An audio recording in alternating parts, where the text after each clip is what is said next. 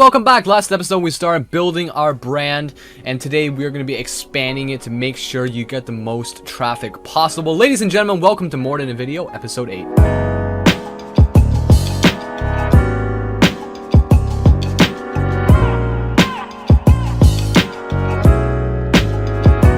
So last episode we started on some of these designs. These include banners and profile pictures and whatnot, but today we are going to take it to the next level, and we are going to venture out of youtube.com and into some places that could really help you, or it could just make things worse. So I advise you to step out with caution. Everything we discuss in this episode today is going to require a lot of perseverance and dedication, because when you really start expanding that brand and start going onto Instagram, Snapchat, Facebook, Tumblr, writing blogs and making websites, engaging with your fans, these open up so many new commitments. So whenever you expand your channel into a different platform like that, make sure you're able to keep up the commitment.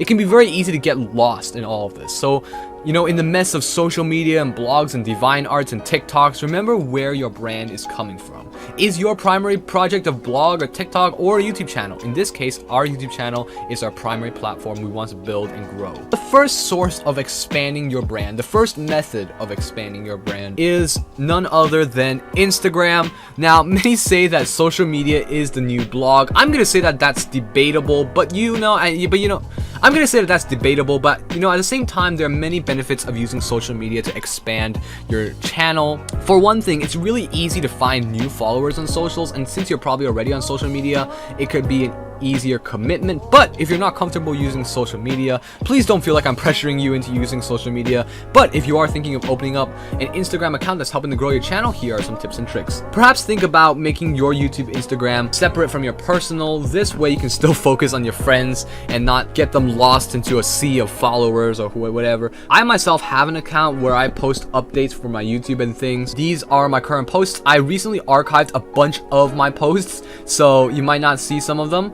But these are just the posts I have, and I'm currently in the process of actually building this checkered board. So basically one day I'm making a black post like this, so it's a black background and a white text, and one day I'm making a white background with black text, and it'll become this like checkered effect, and it'll look kind of cool. As you can see, it's already starting to look kind of like a checkerboard, but in time, when I start posting every single day with these little motivational quotes, I think that it'll look kind of cool.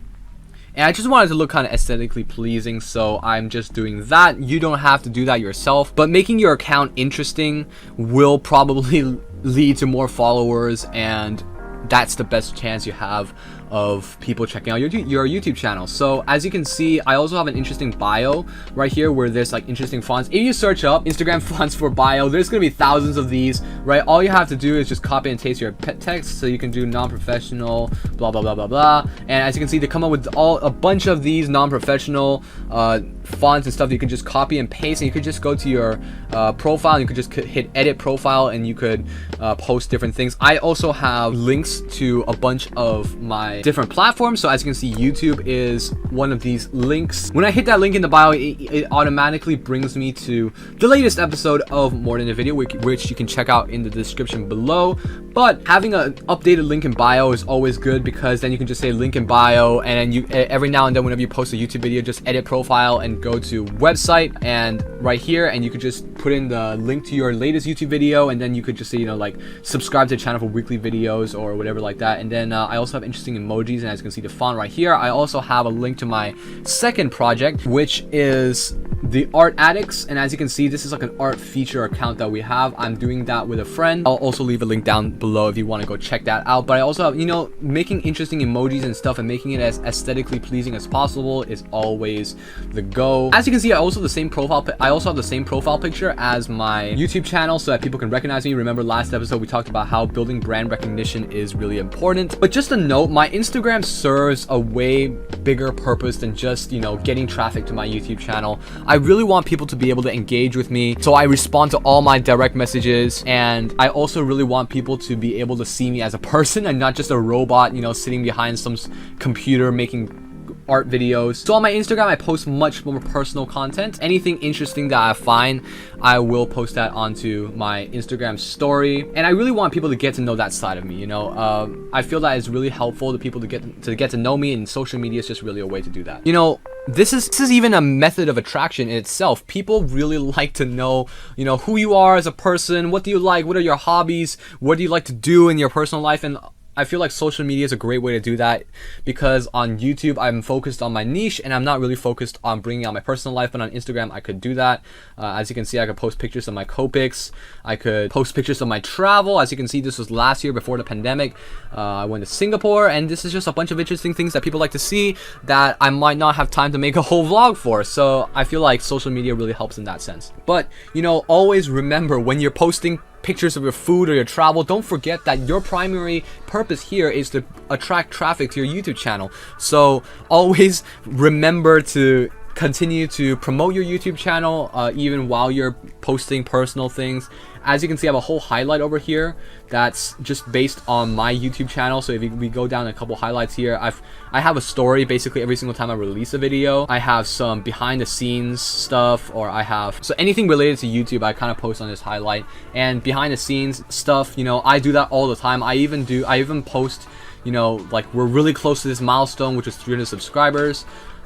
Anything like that, you know, don't hesitate to remind people that you have a YouTube channel and they should go check it out. You know, that's going on social media, and this is kind of your purpose right here. Besides showing your kind of your personal life and food and stuff like that, don't forget to promote your YouTube channel, because if you want traffic to your YouTube channel, posting stories, reminding people that there's a new video out or anything like that could really help. Okay, so keeping a blog is kind of the next one. If you're like a writer kind of person like me, or you just like to do writing for fun and writing is kind of your thing, writing a blog might be really fun for you, because you could really use that as like a fun side project that's really also attracting traffic to your YouTube channel, and people over on YouTube, your YouTube channel, could also come over to your blog and you could check out different things. So I have this article that I read that I wrote recently.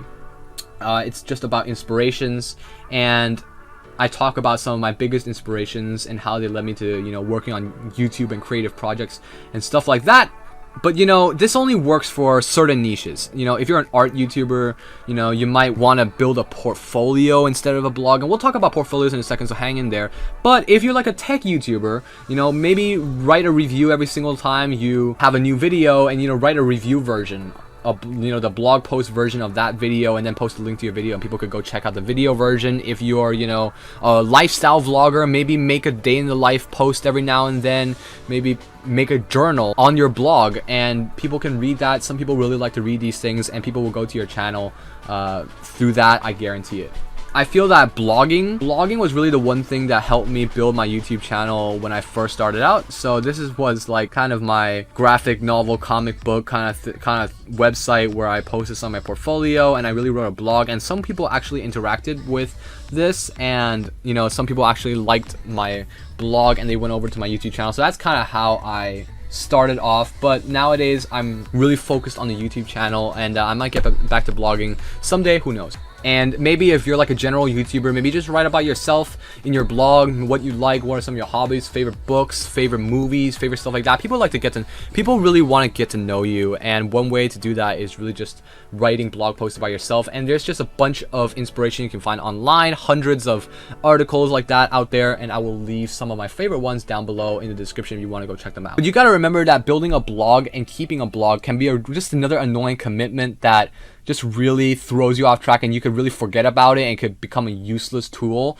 But if you really want traffic, keeping a blog can be really helpful, and it's another commitment. It's a big commitment, and it's a commitment that you kind of have to keep at it every week, you know, because if you start a blog and you just forget about it, that could either be a sign that, you know, you either gave up, you know, your brand ran out, or you're dead, you know, stuff like that. That's just really important. You know, starting a blog is one thing, but keeping it up is totally another. Now, portfolios, this really applies if you're a photography channel or an art channel. Make a website without a blog, you know, make a website without a blog. It doesn't have to have a blog. This is an example. And this is, you know, an example of an art portfolio that you could check out. You know, this is an art gallery, and he just posts all his artwork and stuff, and you could just basically be posting pictures of all your art that you make.